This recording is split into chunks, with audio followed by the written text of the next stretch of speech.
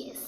അപ്പം good morning. എന്താ പറയുക, ശരണ്യ സേസ് എന്താ പറയാൻ വന്നത്, ശരണ്യ സേസിൻ്റെ ഗുഡ് മോർണിംഗ്. ഞാൻ ഉണ്ടാക്കിയത് പത്തിരി, തക്കാളിക്കറി, കട്ടൻ ചായ, മധുരമില്ലാത്ത കട്ടൻ ചായ. ഞാൻ എന്നും ഓട്സ് ആണല്ലോ കഴിക്കാറ്. അപ്പം എന്തെങ്കിലും ചായക്കടിയായിട്ട് കഴിക്കാൻ തോന്നി പത്തിരി പോലെ ഉണ്ടാക്കാമെന്ന് വിചാരിച്ചിട്ടുണ്ട്. ഞാൻ ടേസ്റ്റ് ചെയ്തിട്ടില്ല, നിങ്ങളുടെ മുന്നിൽ ഞാൻ ടേസ്റ്റ് ചെയ്യാൻ പോകുന്നത്. തക്കാളിക്കറിയിൽ വെളുത്തുള്ളി കൂടിപ്പോയി. അപ്പോഴാണോ സൺഡേ ഒക്കെയാണ്. ശരിക്കും പറഞ്ഞാൽ നമ്മുടെ ലൈഫിൻ്റെ ഓരോരോ പീരിയഡിൽ നമുക്ക് സൺഡേനോടുള്ള ഫീലിങ്സ് വേറെ ഇല്ല.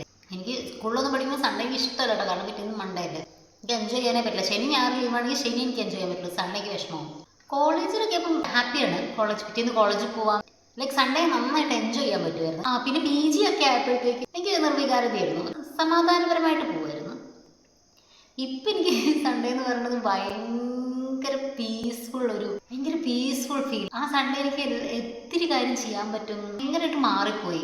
നമ്മൾ ഏജ് മാറുന്നതിനനുസരിച്ച് നമുക്കിങ്ങനെ ഫീല് മാറും. ഇപ്പം സൺഡേ എന്ന് വെച്ച് കഴിഞ്ഞാൽ എനിക്കിപ്പം ഭയങ്കര ഹാപ്പിയാണ്. ഞാൻ ഹാപ്പി, കുറേ പ്രൊഡക്റ്റീവായിട്ട് കാര്യങ്ങൾ ചെയ്യാൻ പറ്റുന്ന ടൈമാണ് എനിക്കിപ്പോൾ സൺഡേ.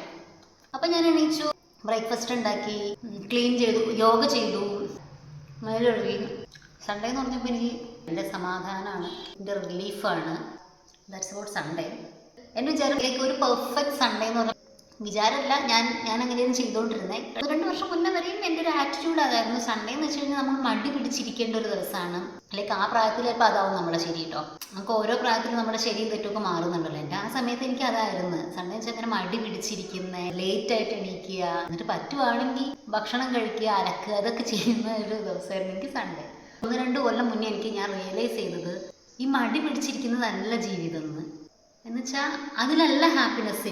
അങ്ങനെ ഒരു ദിവസം നമ്മൾ സ്പെൻഡ് ചെയ്യുന്നത് നമ്മുടെ ഗ്രോത്തിനും, നമ്മളൊരു പേഴ്സണൽ ഗ്രോത്ത് ഉണ്ടല്ലോ, ഫിസിക്കലി ആണെങ്കിലും മെൻ്റലി ആണെങ്കിലും ഏത് തരത്തിലാണെങ്കിലും നമ്മളെ ഗ്രോത്തിന് ഒട്ടും സഹായിക്കുന്ന ഒരു സാധനമല്ല ഈ മടി പിടിച്ചിരിക്കുക എന്ന് പറയുന്നത് എന്നൊക്കെ. സാധാരണ സൺഡേ എന്ന് പറഞ്ഞ ഒരു ദിവസം നശിപ്പിക്കുക, എന്നെയും ആ ദിവസത്തിന് മൊത്തം നശിപ്പിക്കില്ല ചെയ്യാറ്. പക്ഷെ ഇപ്പം എനിക്ക് ഇതിലേക്ക് 1 വർഷമായിട്ട് എനിക്കിത് മാറി.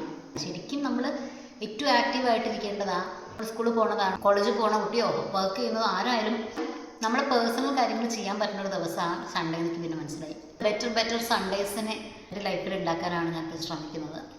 അനാവശ്യ ടെൻഷനോ എടുത്ത് കളഞ്ഞിട്ട് ഗ്രോത്തിന് സഹായിക്കുന്ന കുറേ കാര്യങ്ങൾ ചെയ്യുക എന്നുള്ളതാണ്.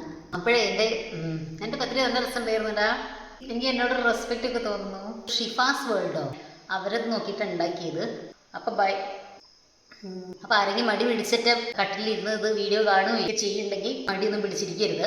ആക്റ്റീവായിട്ട് കൺസ്ട്രക്റ്റീവായിട്ട് കുറച്ച് കാര്യങ്ങളൊക്കെ ചെയ്യാം. ബൈ.